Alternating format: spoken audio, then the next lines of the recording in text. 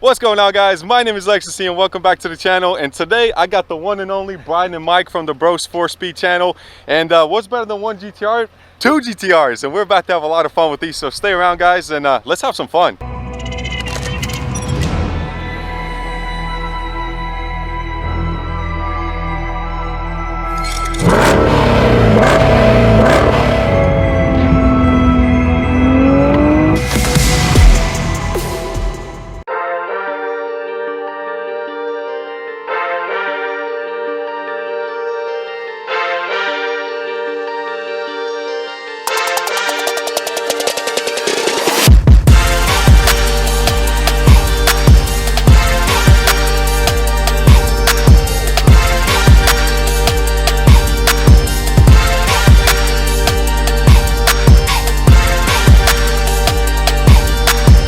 Alright, guys, so I am here today with Brian from Brosfourrspeed. Actually, Mike is doing a little review on my car right there. So huge shout out to these guys for letting me even review this car. I mean, this has been a dream to see what my potential is in my car and what I can do. Yeah. These guys have hundreds of videos of reviews. The recent one was what, the TTRS. I seen that one. Yep. That was sick. 0 to 60 in what, like 3.7 or 3.6? Something like that. That's a surprising car.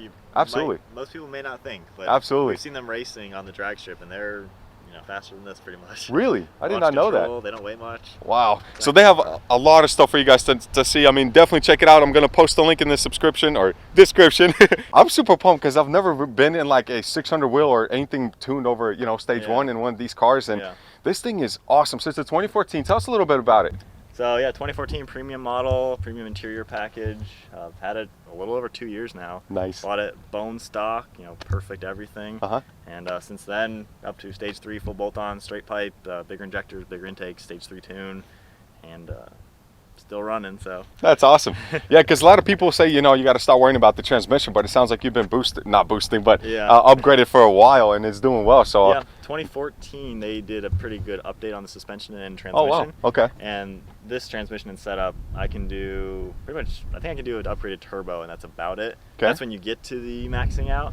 But around 650 wheel is the limit to the stock car. So can you run E, or do you need bigger injectors? I have the injectors for that. I can do that. Oh, okay. But I would need a fuel pump before I do that, though. Gotcha. So how much would that? Pump. How much you think it'll bump you up?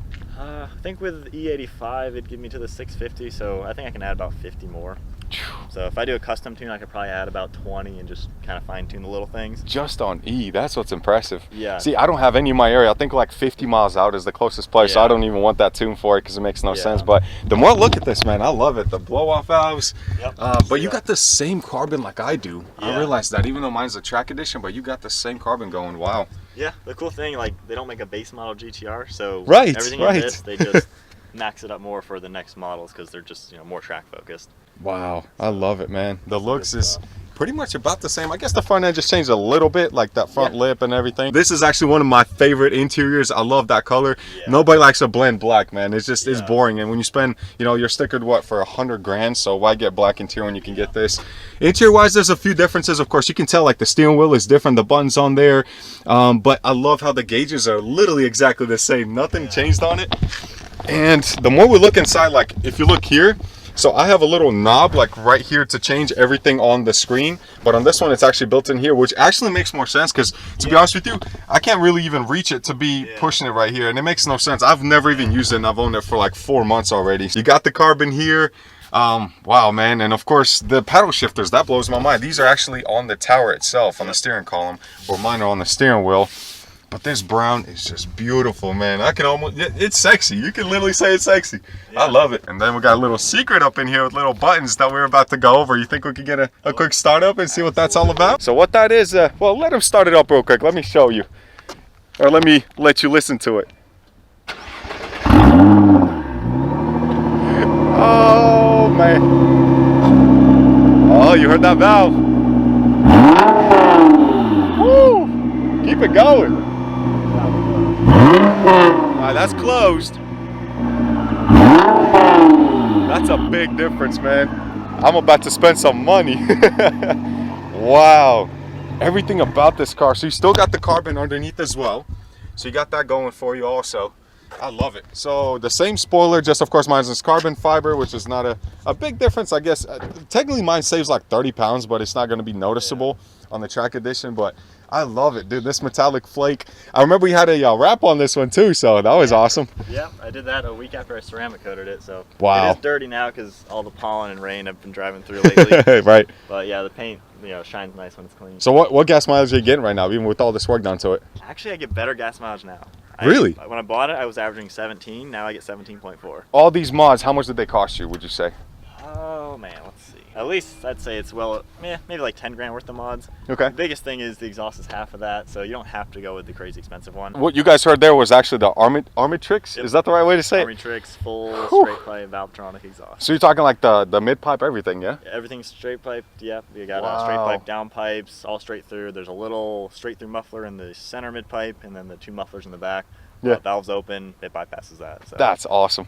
Is it worth $6,000? I mean, I don't know. Maybe one day that would be awesome. But that's amazing. That changes the whole sound of it. That's the whole point of getting it. I mean, I don't care what anybody says. This is a supercar. It really is. I mean, 600 on this one is probably the same as about 800 or so on the Hellcat, which that's a lot of money to spend. And you could pretty much get this for the same price and all-wheel drive as well. The best all-wheel drive system I've ever felt. I live in the mountains, so that's perfect. That's exactly what I'm looking for. That's what I need. But can we hop in this and take it for a spin, see what it's like, man? I want to see. Yeah, let's do it. All right, guys, so we are in the 2014 GTR Black Edition. God, these seats, man. Oh my God, this is like luxury. You still got heated seats though, right? Yep, same button. Oh yeah, over here. Yeah. What do you think of that positioning though? So when I bought the car, I made a video, 5 things I hate about it. Yeah. And I complained about you can't see because my passenger would leave it on. Yeah. And then it's on the next day. Yep, you're right. I got roasted for saying that. What? People are like, how lazy are you? Just feel the seat. No, you don't feel the other seat often. Come on. Well, I mean, honestly though, I did the same video and I did the same thing that I hate about it. Cause like, for example, cast, broken, cannot reach in there to even turn it off. So you're gonna be suffering. So, but let's start the sucker up.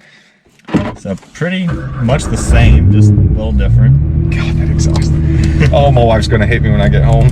Yeah. I'm about to do something crazy. Dual climate control, everything looks the same. Just different positioning of everything. And you always put your parking brake on. Nice, got that there. So right now we're in regular mode. It's not even comfort or race. And the exhaust is on silent. Should be. It most likely always starts up in silent. Okay, makes sense. Yeah. So let's put this in drive, and then we'll go. We'll do manual mode, so we'll see what that's like. Yeah. There's a little bit more clanking in this one. That's interesting. Yeah, the revisions are there. Yeah, the suspension's a little different. Yep, you're right. I can feel it. It's a little more. God, dude, the way it just propels itself. Oh, did yours, whenever they do the tune on this, did they have to like adjust the transmission calibration as well, like the way the clutch activates? I kept that all stock. I can adjust that, like clutch points and stuff like that. But I did the transmission tune, but I hated it. It was more aggressive than this car stock in race mode. Jesus Christ. And I'm rarely in this seat, so that's fast. Right? But like you feel so in control in these cars though. Like I'm not even worried right now. I mean, I'm not gonna do anything stupid, but like I know that if something was to happen, I can switch over or get around and maneuver and everything. Hellcats, Demons, like the one I just reviewed. No, you can't do anything over 100. Don't even try switching lanes because that's a bad decision. Yeah, this car, it gets hunkered down until 150. The wind noise is pretty loud. Really? But aside from that, I mean, it holds its own at any kind of speed. I love this. You can just hear the airflow through it, man. Yeah. It's those intakes, isn't it? Yeah. So maintenance-wise, is it a big difference on this one? Like, have you done it yourself? Do you take it to a dealership? Done pretty much everything myself. Oil changes are literally $30. Like, get the oil on sale, do it myself, no big deal. Wow. I had my friend's shop, Soho Motorsports, if you guys ever heard of them, they specialize in this car. I had them do the transmission and differentials, which even then, $300 worth of materials and like 150 something bucks worth of labor. But that's it. It's been bulletproof, reliable, and maintenance has literally been nothing special. God, this thing just makes all the right noises, man. I'm telling you. That's still valves closed on the way back. Wait, what? Yeah, this is quiet mode. I swear to you, I thought that was like wide open. You can already hear it. No. Dude, you just blew my mind. It just keeps wanting to pull and pull. Man, that's it. Stage 3 it just keeps going. Oh my God. So from this point on, stage 4, I guess is what it's called. What would you have to do? Well, this is probably the bottom of stage 3. Okay. I can keep maxing stage 3 out with fuel pump and custom tuning okay. at E85. Jesus, man, that was totally 35, maybe 36 miles an hour, but halfway through that, I gave up on keeping my head forward. Let's let it go back. Yeah, and these seats are comfortable too, man. Like, you actually put your head down. Yeah. I wish there was more GTRs in Nashville so I can actually drive them or race them, but man, everyone's that I know of, is it here? No, it's further yeah, keep going. Yeah, my buddy's 1200 wheel. He's on his 4th motor now, and then my buddy with the 650 wheel, he's on his, he just put a new Sheepy, I think, transmission, Shep. Yeah, he blew that one too, I don't know. But his was like an 09, so we all kind of figured it would happen at some point, but yeah. I want to keep this stockish to where it's like, you know, as big bolt-ons as you can go, basically. Right, and still be dependable too, because that's a big thing. Because I don't need a build that blows up, like I'm just not into that. Yeah, there's other ways you can put that money to use. But this has definitely been an experience. It's a car. Every mod just they get better. They're built to be modded. Like, absolutely. Kind of like the Supra, but way better. Yeah, it's double the car. I mean, I love the Supra. It's a good, comfortable car, but this is, you know, double the car. Oh yeah. So you have the 2014 GTR. You got the 2020 Supra. Yep. You have the R6, 07 R6, and 07 CBR 600. Yep, both 07s. Yep. Nice. R6, yep. And then the C8 maybe soon. So production's canceled right now. No. Just because of all the stuff, but it'll pick back up in like a month. Oh my God, I want to see that. Yeah. If I could touch it at least, man. That's all I'm asking. It'll be here, I don't know, 2 or 3 months from now. Man, what a difference in the car though. Same GTR, just what, 5 years newer on mine, but the power difference, the handling is a little different as well, for sure. I mean, it's noticeable, but the way it just gets down and goes, I mean, you cannot beat that. I don't care if you have a supercharger or what, it's just the sounds it makes, the exhaust, everything on it is just perfect. And nobody knows what it is. I mean, you can't confuse this with anything else. Let's do a quick acceleration video. Let's do like a maybe 25 mile an hour, just like that says, you know, just keep it legal. Yeah, that's right. So we'll take off there and see what that sounds like. That's going to be a major difference, so I'm a little embarrassed, but it is what it is. All right, guys, so we're going to do a quick roll. My car against his. We'll start at second gear at 25 and just see what happens there, but wish me luck. I know I'm going to be slower, but I just want to see how much slower. I am tuned on stage 1. He's on stage 3, so there's quite a bit of a difference there. Good. Yeah. Right. Let's go.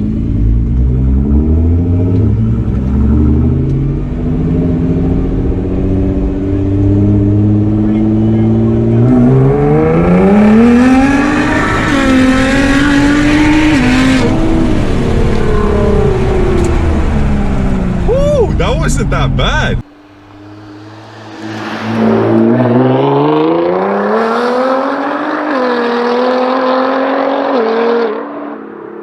I expect a lot worse from this car, being that it's about, you know, 70 horsepower less to the wheels, but yeah, we can do one back. Let's do it. All right, we're gonna do the same thing, about a 20 roll, and just launch it and go from there.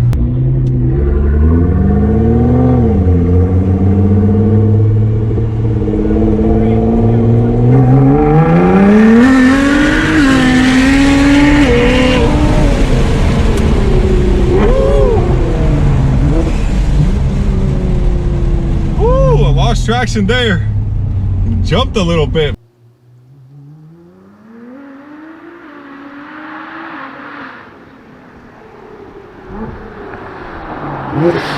All right, guys, so we looked at his GTR. Now I want to see what you think of this one. It's a little bit newer, a little different. Interior styling is a little different as well. A lot different. Yeah, I really wonder, because yes, it's slower, so don't bash it too much, but I think it should be fun. I wonder what the the powertrain is going to be, if it's going to be different or not. It's not beeping. It's not beeping. That is the reverse. Yeah, the older ones, I think 16 is when they quit with that. Oh wow, okay. And I think they only started at like 12 or something. So I feel like you're gonna be buying one very soon. So every time I film a nice car, my bank account cries. So hey, that's the game plan. It's that silent peer pressure. I know, but refinements already. Like, this is so smooth. It's not jerky with the transmission. And let's go to comfort mode suspension. Yep. Not bad. Like, for being the track edition, you'd think it'd be super hardcore even in comfort mode. Right. But it's actually feels almost smoother than mine, just because of the transmission, I would say. Okay. So super smooth feeling, just way easier to drive. So it's better for, is this gonna be your daily or normal car? I mean, you got the car seat in the back. Yep, got the car seat. Taking the kids out. I mean, this is absolutely doable. Fun modes. No, I love it. I love it, man. And That's how you do it. Ooh, those red lights come on, you know it's about to get real. I mean, you got a lot more contours with the dash, which is cool. I love the red stitching everywhere. I don't know if that's in like the premium or the premiums or not. I don't know. Yeah, that's a good question. I know the seats was really what got me, man. I Yeah, love that yeah. interior. Completely different. Dry carbon here. I got a little bit on the radio, but Yep. this is like definitely a step up. Let's have some fun. Yeah. All right, I guess the race mode manual. Let's do it. See See a what you little bit think. what this thing's got to do. This is my first time ever driving the new generation GTR. Nice, nice. I've driven my generation quite a bit, obviously. Well, I raced the. Woo! That corner though. Oh my god, that is awesome. Oh jeez. Wow. The handling is so flatness. Like you can tell this is a track edition. Yes, Absolutely. yes you can. Like there's no body roll, and even just doing this, it's just much more comfort. Yeah, yeah, absolutely.